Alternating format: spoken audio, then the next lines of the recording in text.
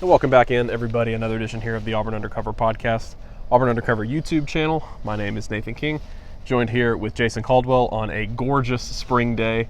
Kind of the universe's way of paying back, I think, for last year's yeah, spring absolutely. game when obviously they only went 3 quarters on a rain-soaked Pat Dye field. No such type of day today, Jason. I think the coaching staff is probably pretty pleased with everything they were able to get in. 4 10-minute quarters here for Auburn's A-Day spring game, and it ends up being a pretty fun, dramatic finish. The offense kind of surges late thanks to Cam Coleman, and Towns Magoo, the hometown hero, gets to make a 58-yard field goal as a walk-off winner. Let's just talk first about, I think, probably the star of the day, other than Towns Magoo, Cam Coleman. We knew he was somebody who was going to flash this game. I didn't know if he would be playing a bunch in this game, but they didn't hold him back too much. He becomes the first freshman in program history to win offensive MVP honors with an insane touchdown there in the fourth quarter to kind of set the table for Towns Magoo's field goal. And Jason, I think today was just more of the same, honestly, for him this spring. We've been hearing him stuff like this every single day, and finally, 30,000 fans or so were able to see it on display. Yeah, no, not a surprise. First of all, I've seen Cam a bunch.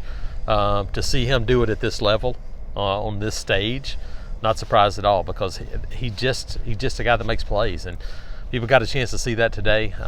As Hugh said, maybe the best play of the day was one he did make, where he almost caught the ball behind the back of the defensive back. Behind Colton Hood. Yeah, and he almost made the play. But I said it, we talked about it, the separator for Cam Coleman is elite ball skills. And you saw that today. Like, he just attacks the football and catches it. And you add with that size, athleticism, all those things, and he's a guy that has as much upside as anybody we've seen in a long time at Auburn at wide receiver. I thought it was a really good day for him and that what quote unquote starting group. When you think about Robert Lewis, Sam Jackson, Cannon Brown had a good day. I thought there were some things in there on a day when it's not easy to play offense. It's not easy to play offense, and especially quarterback, when you're rotating series and you're not throwing everything out there. They did do a ton of RPOs.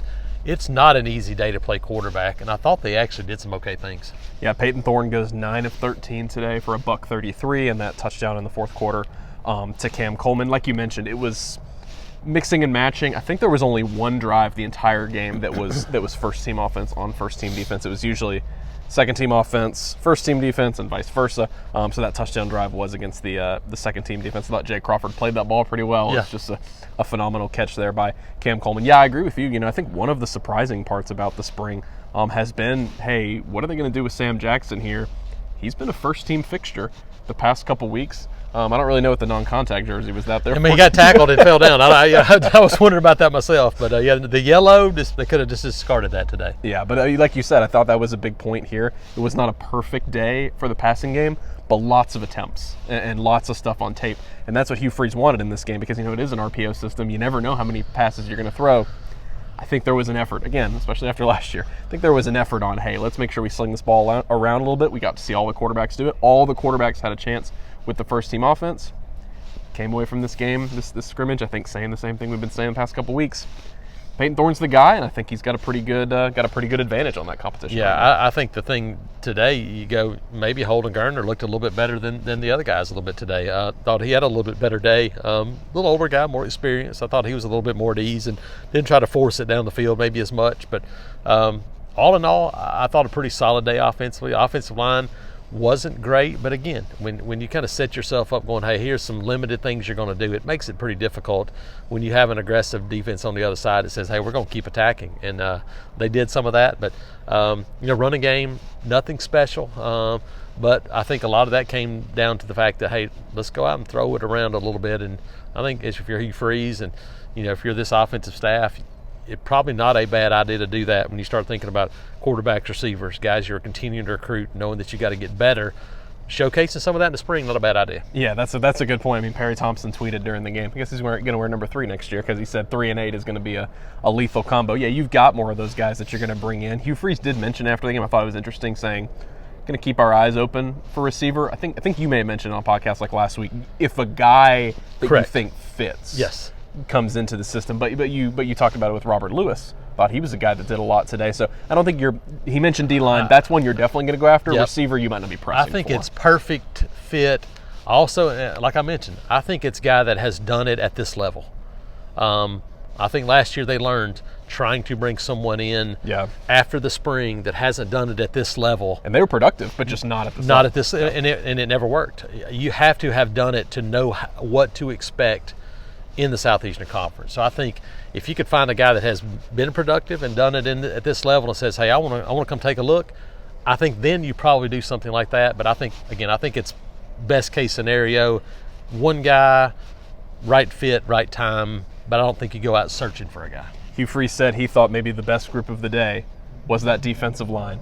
Bobby Travis gets 3 TFLs on the day. Malik Blockton, from where it looked like he had a TFL there, I think they kind of called it right at the line of scrimmage. Lots of playmakers there. Brenton Williams had a good day. Brenton Williams, Damari Alston looked like he had the edge. Maybe Yes. I think it would have picked up a 1st and goal. He kind of strings it out there. There wasn't a ton. Well, Jalen McLeod had a couple good plays. There wasn't a ton of Keldrick Falk. There wasn't a ton of the older guys. Yeah. You were kind of seeing these depth pieces come in. They're going to go in the portal after some defensive linemen. You need some guys who are proven playmakers there. You need to continue to add them. But Freeze said it. I thought that was the best group out there today. They really, really got on that run game and made a lot of good plays in space. They did.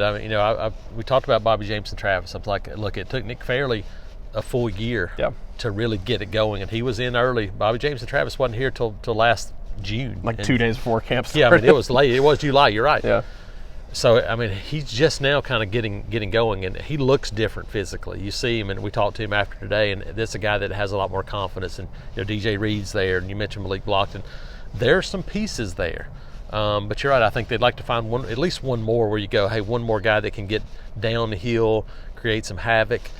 And we saw today, DJ Durkin is a havoc-creating dude. Yep. That's what he wants to do on defense. These guys love it. We saw them getting down. Hey, and they didn't do a ton, but what they did, they said, look, we're going to attack and go play fast and play physical. The kids love it. You saw that translate to the field, and I thought it was a really good day for the defense. Yeah, 12 TFLs overall for that entire group. Of course, this was a non-traditional type game, but you still kind of saw that aggressiveness of them trying to make plays in the backfield. And then what a day for Towns Magoo. To have that opportunity. Some of the guys said it in there, kind of what I've been thinking all spring. I think a couple different guys said it. They have not seen him. They're not there for every kick, but some of the guys in the locker room said, we have not seen him miss a field goal all of spring. Alex McPherson, Auburn's starting kicker, who obviously didn't miss a field goal all of last season. He was great.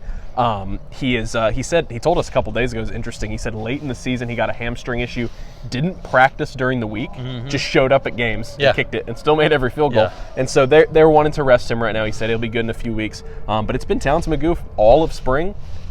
I think, and look, Towns said it after. He said, I'm here to redshirt and I'm here to learn. Correct. You have got a SEC caliber kicker right there in Towns Magoo. We've seen that all spring. It's like that could have been good from 65 yards on that last kick. Last year, I think if my number's right, he did miss a field goal inside 53 yards last year at Auburn High School. He's only been a kicker for 2 years. He was a soccer kid growing up. You see the leg strength. You see the rhythm that he has in kicking. It's impressive to watch. And I was kind of sitting waiting. I'm like, this is setting up for a 65-yard field goal to walk off and win this thing. Wasn't quite 65, but it was 58. This is the scenario that Auburn's had. They've had from Wes Byram to Cody Parkey to Daniel Carlson to Anders Carlson to Alex McPherson. They have done this, and they've hit on all those guys. I think they've hit on another one. I think this sets up to where you're able to go, Alex McPherson, you go, hey, if things work out like it looks like and they hope, he's a guy that might be gone after this year, a 3-year guy. Then you have Towns Magoo ready to step in after a redshirt year. If anything goes wrong with Alex McPherson, you have a guy ready to go right now. And so best case scenario for an Auburn kicking game is in really good hands. Yeah, McPherson, a lot like Anders Carlson, has that. He's a good kicker. He doesn't need that last name power, but he's got that last name power. And that has a big deal. Yeah, and that has proven to be something in the draft. So it was just a really special moment, and he talked about it after the game, being a local kid and being here in only his first few months on campus.